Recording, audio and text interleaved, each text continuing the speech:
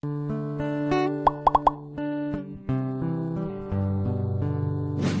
we continue with the rest of the video, we could use your help. Click that like button to help spread the word about watchJojo, and also be sure to subscribe and click the notification bell so you don't miss our future videos. This Michigan farmer was digging in a field when he unearthed something staggering. It's a sunny September afternoon in Lima Township, Michigan, and a farmer and his friend are digging away in the 79-degree heat. As their backhoe cuts through the soil, it suddenly hits something solid. The guys have struck something big, but they don't yet realize quite how massive a find it will turn out to be. Farmer James Bristle and his friend were excavating the field in the vicinity of Chelsea, Michigan in 2015. They'd only intended to lay down a drainage pipe. However, their day was about to take a turn for the strange when they hit upon this solid item. What could it have been?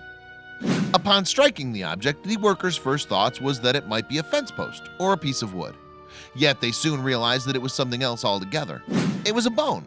Not just any bone. This bone was big. Could it have been from a dinosaur? Like most of us, the guys didn't have much experience of paleontology, so they got in touch with the University of Michigan to help identify the find. The university sent along Professor Daniel Fisher, head of its Museum of Paleontology. Fisher examined the find soon afterward and confirmed that the bones had, in fact, belonged to a woolly mammoth rather than a dinosaur. Mammoths mostly died out about 10,000 years ago, and while a small number of the large beasts survived until as recently as 3,600 years back, to find any evidence of one is rare, particularly in Michigan. What's more, this wasn't just any old woolly mammoth. It was in fact an even rarer cross between a regular mammoth and a Columbian mammoth, dubbed a Jeffersonian mammoth, after founding father Thomas Jefferson. Fisher estimated that the mammoth which left these bones had met its end around 11,000 to 15,000 years ago. It had reached the age of 40 before most likely being butchered by humans. The location of the bone suggested to Fisher that the humans had perhaps killed the animal and then deposited its carcass in a pond. The professor had already seen this ancient method of storing meat in other finds. Mammoth discoveries are rare in Michigan. While only 10 similar examples have been found in recorded history, far more commonly uncovered in the US are the bones of the mammoth's distant relation, the mastodon, with more than 300 examples of the extinct animal having been discovered in the Great Lakes state alone. Back in the moment, with Bristle's tight farming schedule in mind, time was of the essence if Fisher wanted to properly excavate the bones.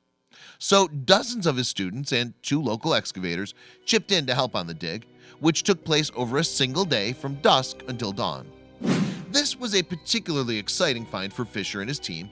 It was one of the most complete mammoth skeletons to have been unearthed in Michigan. The discovery included a skull, a pair of tusks, teeth, a pelvis, shoulder blades, and several vertebrae and ribs. Plus, its careful and expert extraction from the ground by trained paleontologists meant it could prove to be more useful for scientific study than bones which have simply been yanked from the earth by untrained members of the public. The way the mammoth's remains had apparently been stored in a pond also opened up a range of theories surrounding the species' relationship with humans. Found alongside the bones were 3 boulders, which may have been brought into play to weigh the animal down, and a stone flake, which could be evidence of the mammoth having been butchered. However, long-term studies would be needed to confirm such theories. The question soon arose then of the availability of bones for such extended scholarly use. As the owner of the land on which the bones were found, Bristle could technically claim ownership of the skeleton. It was his call as to what happened next. Fisher stressed the importance of the find and hoped that Bristle would be kind enough to allow his team to continue to examine the bones. These rare findings are important in enhancing our knowledge of the history and biology of these animals and lifestyle and habits of early humans, he told ABC News. Studying this mammoth could also potentially tell us more about the climate system, how it works, and what kind of changes happen over time, which is something very relevant to us right now. Thankfully, Bristle made the right call and donated the bones directly to the University of Michigan for further research.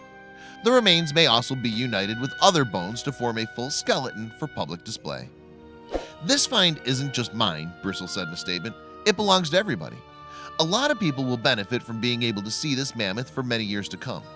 If I can make people happy by doing that, then I consider that a good day. Bristle may have made the find of a lifetime that day back in September, but for work reasons he's not keen to repeat his discovery. I hope it doesn't happen again, he told the History Channel. We need to get back to farming.